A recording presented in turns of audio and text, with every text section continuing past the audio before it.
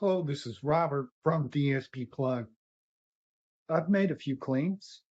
I've said that robots, machines, various things can be made in a much simpler way. So, without creating this ingenious design, can I show you in a simple way how those machines might operate? I can do that in this video.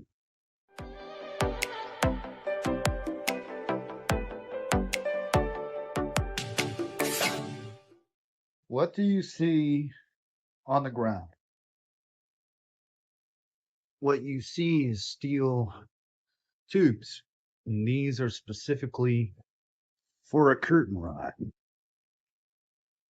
But if I was to unscrew these, what would they be then? Well, imagine, if you will, because that's what my blog about the Stargate is. I don't like to provide you with designs. I like to show you that I'm thinking clearly. And the reason I say think clearly is you really have to be on top of people to make them see that there's other emotions than being angry. What do you mean by that, you say? Well, I tell you this.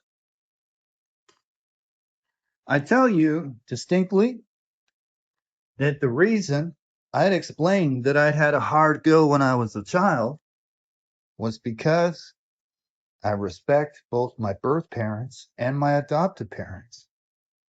It was very unlucky in my childhood that I was taken away from my family. And I have no misgivings. Neither do I have any misgivings towards the government. It just is what it is. And I'm a very lucky person to have been adopted by some very nice Canadian people. And I was born here in Canada. And that's ultimately what I was saying. You can see it in a different way. You can believe that it was something other than some kind of insult. But if you were to really think about it, you'd begin to see that what I'm talking about is logic and thinking.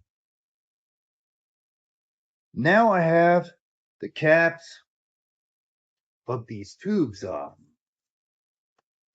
Now let's think about this Stargate concept. This Stargate concept suggests that there's something like a mini computer. And this mini computer, with my own idea for processing, has limitless potential to process data. So what the computer would need to do is designate these tubes of steel as leg 1, leg 2, and midsection. How would that be, you say? Well, what would happen is there's a specially made particulate that is like silica. Silica, you see, we use for making electronics. So we have transformers, plug-in adapters, if you will. And because they can be polarized, assuming that there is electromagnetic influence available at a certain polarity, then you can move the piece of silica floating in the air. And that silica merely does what the computer says. It is a sensor of a kind, and it allows the computer to see this, and by other means. If you consider, for instance, a type of camera that does not have a lens, but instead has many lenses by many pieces of silica, you realize that that is a sensor. But a sensor and a camera can be the same thing. Now, this little bit of silica would map this shape and any of its irregularities. So these shapes would be locked in, a program would be created, and then keep in mind this little plastic piece would not be there. It would polarize the top, the little bit of dust. The computer that was controlling the silica would tell the silica to output a kind of radiation. The radiation would touch the tip, the ring tip of this tube, the ring tip of this tube, and then it would also polarize the whole thing. Now, what that would mean is, assuming that you were surrounded by electromagnetism, you would be capable of taking the chest piece, also known as the midsection there, and then you would be able to take the two legs, and the computer would automatically be able to have this midsection and these legs walk around. So all you'd need to do is take a tube, cut it in half, and have many tubes, and then little tubes to make fingers. Now, the reason that this is so important is care for the elderly. People ask themselves, where are the jobs? Where are the jobs? The jobs are everywhere. And the job, one of the most important jobs, is the ethical care for our elderly. And ethical means comfortable.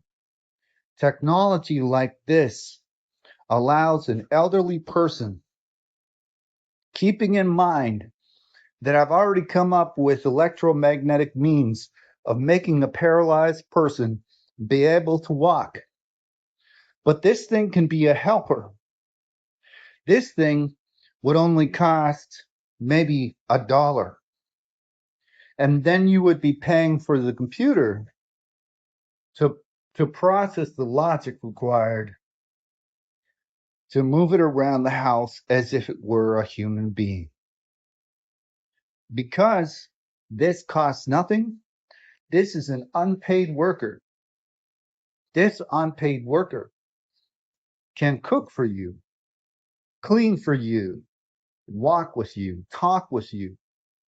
And let's say if you pay the government a certain amount of money for a certain amount of storage in that certain computer controlling that silica, that marked it, labeled this steel as a certain label in any given context, then that robot might also be able to talk to you and be your friend.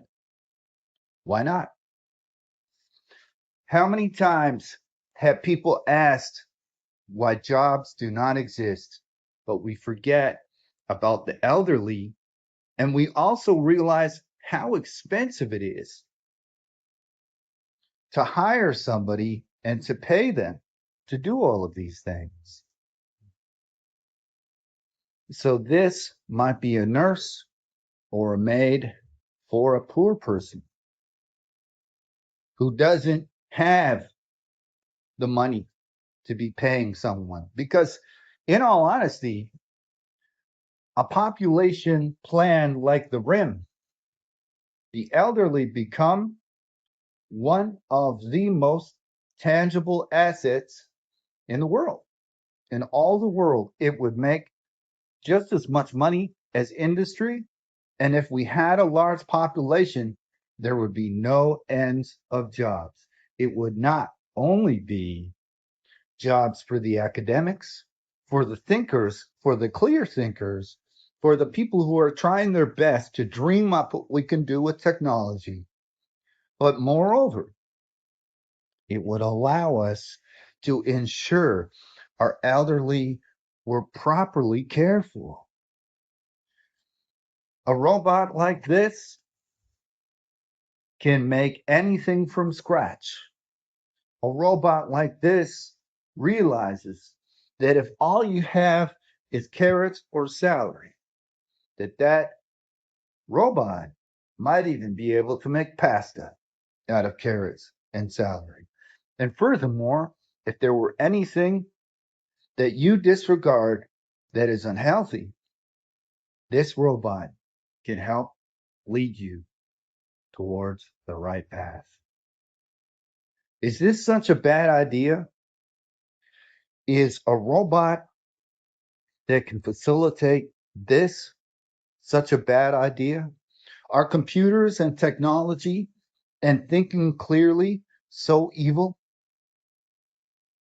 What would evil have to do at all with the kind of idea like the rim is and like the Stargate is? It is an idea of comfort. It is something that people can look upon and feel happy. Industry can feel happy because there are many potential customers.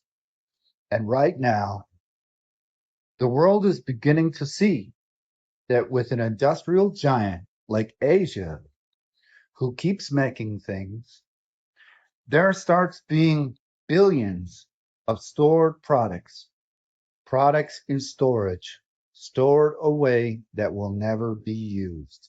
Not within one lifetime, not within two lifetimes, not within 3 or 4 lifetimes, but probably about 40 or 50 lifetimes. How can we solve this dilemma other than to branch out and ensure that there are places to live all across our galaxy? And it might be one day that there are so many asteroids that we have to contend with that we might have to use the electromagnetic pivot grid to move our universe and to move our sun to wherever we like to a safer location. The more asteroids that we can control, the more chances we have of using those asteroids as shields. By using those asteroids as shields, there is not a natural phenomenon in space that can either attack us or destroy us.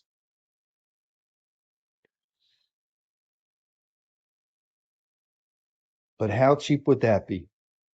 How cheap would it be to care?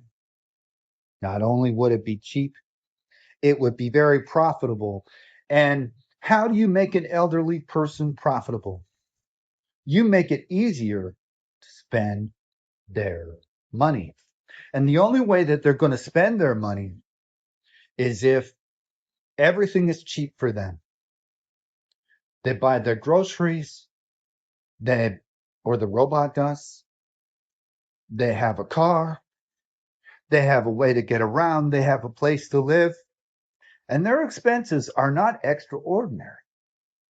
In a future like this, spending money would be a wonderful, happy thing because scientists and mathematicians can figure out how one might live like a king for pennies on the dollar.